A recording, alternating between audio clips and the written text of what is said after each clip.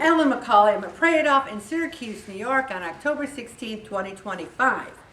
And one of the things I notice is that I don't make people, and I never will, don't you love it? Never will, make you write down, I had a cup of mashed potatoes, 4 ounces of steak. I never do that. Now, there are people in this group who, on their food log, do give me the measurements. And you know who those people are? Very successful people. Very successful.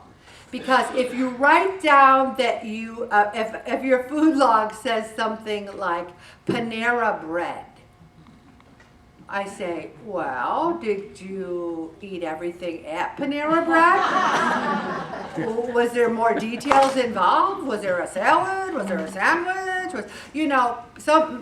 We need the devil. The devil is in the details, everybody. So how do we eat in moderation? How do we eat more of what we like, but in moderation? Can you have 1 piece of pizza and a salad instead of 5? Can you have 1 mixed drink or 4 ounces of wine instead of a bottle? This is what we need to pray about. Because on our own devices, we want the whole pizza. We want 2 bottles of wine. God will help us with moderation. We need to choose balanced, nutritious food. That sounds easier said than done. Well, I think starting with a smaller plate is important. You should see the McCauley's Thanksgiving platters. They're not plates. They're like this. And when you have a plate that big, what do you tend to do? Fill it! And it's like, if I suggested to my family, hey, why don't we not do the platters this year and do just like a regular plate, they would do this. Are you trying to ruin Thanksgiving? And then God forbid that you have some turkey and some veggies and everything. So what I tend to do with my platter is I've started making a tossed salad at Thanksgiving even. And you can disguise things by putting a honker amount of tossed salad on that platter. But don't have a huge plate and feel you have to fill it. This next one says, choose a contrasting color plate to go with your food. I don't really go for that, because what are you going to have, like a red plate, a green plate, a blue plate, an orange plate? So whoever's doing that's got way too many plates. Reduce distractions during meals. Oh, this is huge for many of you. If you are scrolling Facebook or watching TV or talking on the phone and you're eating, you're going to eat a lot more than you think. Eat slowly. Sometimes when Bob and I begin dinner, we'll say this. We say grace and then we say, and Lord, help us to eat slow. Because your tendency, especially if you only have 3 meals a day, is to gobble, gobble, gobble. You're hungry. Take it slow. Have a little conversation. Also, never snack from the package. If you open a box of Girl Scout cookies and you start having one and your hand reaches in and there's nothing left, and you might say, oh, come on. We've all done it. We've all done it. Or a row, at least a row. Also, the chips. Oh, you're in there, you're reaching in, and then it's empty, okay? Never eat from the package. We're going on a trip tomorrow, and we have little baggies. We each have a backpack, and you wouldn't believe how much I got in a carry-on. I almost took a photo for the group. It was the most geniusly packed carry-on I've ever seen in my life. I mean, if I told you what I had in that, you'd say, it's impossible, Ellen, but it isn't. I did it. So we have a backpack and a carry-on. In our backpack, we have a little 1 serving of nuts for there and coming home. It's a long travel day. We got to go to Chicago, go. And then we have some fruit, like dried fruit. We also have a protein bar. We have figs, all in baggies. Because they're going around, do you think they say, would you like a healthy snack? What they're saying is, would you like to buy something? Because nothing's free anymore. That's what they're saying to you. So they're not giving you a healthy snack. And this is something I've started to do, and it's really helpful. I drink a glass of water before the meal, and it does fill you up. And then it says, eat your soupy foods first. I don't know. A lot of people have soup with every meal. I don't. We don't. But if you do, eat that first. I tend to disagree. When I lived in Italy, the Italians ate their salad last. They ate their pasta. They ate their salad last. I recommend eating your salad first, which most restaurants do, and then you get a little fuller. I went out to Bonefish with my sister yesterday because we were celebrating her birthday, which is coming up by having our sister day, and I asked for a shaved Brussels sprout salad. It was to die for, but it was huge, and it came with shrimp.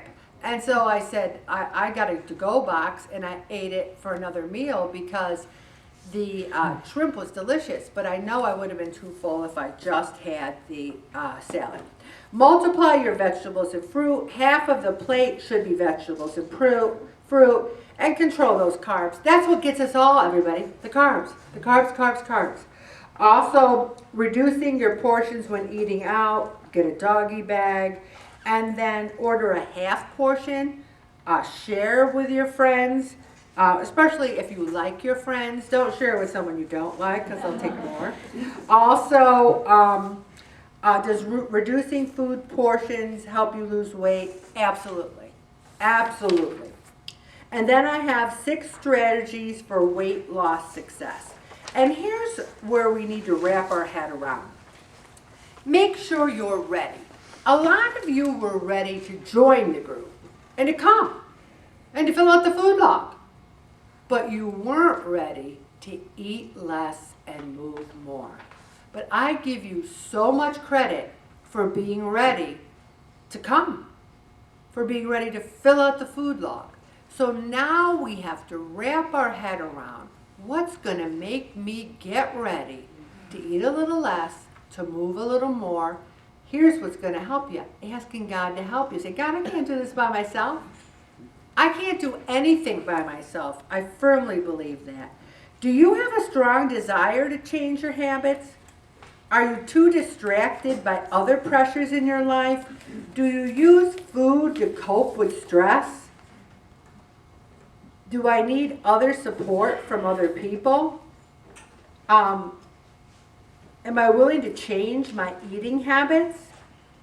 Am I willing to change my physical activity? Both of those are huge. Can I spend the time it takes to make these changes? It takes time to make the changes. Find your inner drive. No one else can make you lose weight.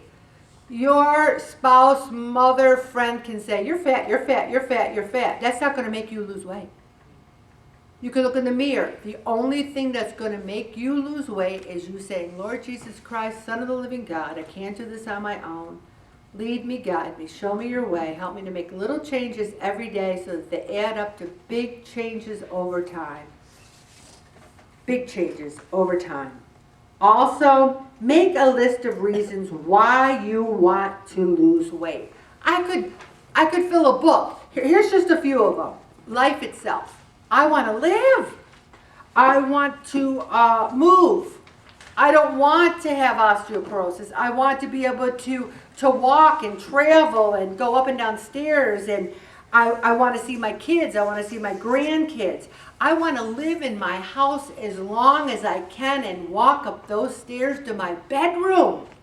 I don't want to get one of those little seats that I have to, wheel up.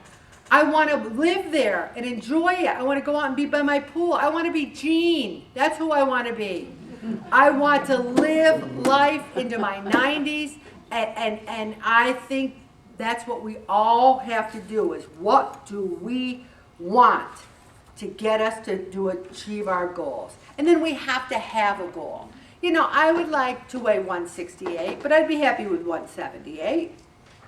Each person in session 34 wrote down a goal and on a sheet of paper, and guess what? I still have it. So if you forgot your goal, you ask me what it is, and I'll tell you next week. I can tell you in 1 second. I have it. I wouldn't let anybody do 20 pounds. I made you change it. Because a lot of people had 20. I made you change it to 10. I said, if you do 20, you're a hero. But try to do 10, okay? Try to lose 5% of your current weight. So if you weigh 180, that's 9 pounds. If you lose 10%, it's 18 pounds. So take whatever you weighed today and say, hey, what would I be if I lost 10% of my weight or 5% of my weight? And then you have to have some action. You know, people are getting sloppy with their exercise. They're writing things like walking or moved or house clean. Now, house clean can be a million things. Where you're like watching TV with a dust cloth going.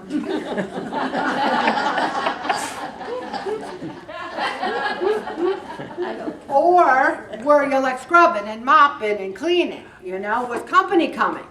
That's when you clean, when the company comes, right? Also, you need to eat at least 4 servings of vegetables and 3 servings of fruits a day. You need to snack on fruits and veggies when you're hungry. Have whole grains, which is brown rice, barley, whole wheat bread, and pasta. We had spaghetti squash this week. It was delicious. And if you have any trouble going, if you know what I'm talking about, spaghetti squash will help you a million times over. So think about that if you're all, you know, having issues. All right, healthy fats, olive oil, vegetable oil. Limit those foods and drinks with added sugar. If I saw Gatorade on your, not Gatorade, Mountain Dew on your paper, I would drop everything and call you. Hi, it's Ellen. You're drinking Mountain Dew. Okay? Also choose low-fat and fat-free dairy products, eat fresh food, and be mindful, okay? Get active and stay active. Today I got up and I went to the gym from 7:30 to 9:30. I'm not saying this as a braggalocious. I'm not. I'm just telling you what I did today. And then I rode the bike for 8 miles and I went to my strength and balance class.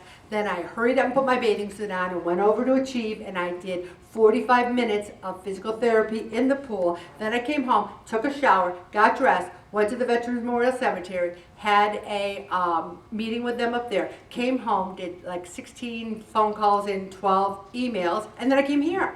So we can stay busy. And I don't think every day should be like that, but we need to get our adrenaline flowing. Use the stairs instead of the elevator. Unless you're, if you have a walker or you have a handicap sticker, I'm not talking about you. If you're an able-bodied person, use the stairs. Park at the far end of the lot. I park at the far end of the lot because of my car. I don't want anyone touching my car. So, I mean, I park next to Jean because she's got a brand new car and she's not going to touch my car and I'm not going to touch her car. But most people I don't park next to. Stand instead of sit while you talk on the phone or check email. Walk laps around the room, which I do a lot of. And change your mindset. The mindset is the biggest thing. I'm going to stop right there, Bobby.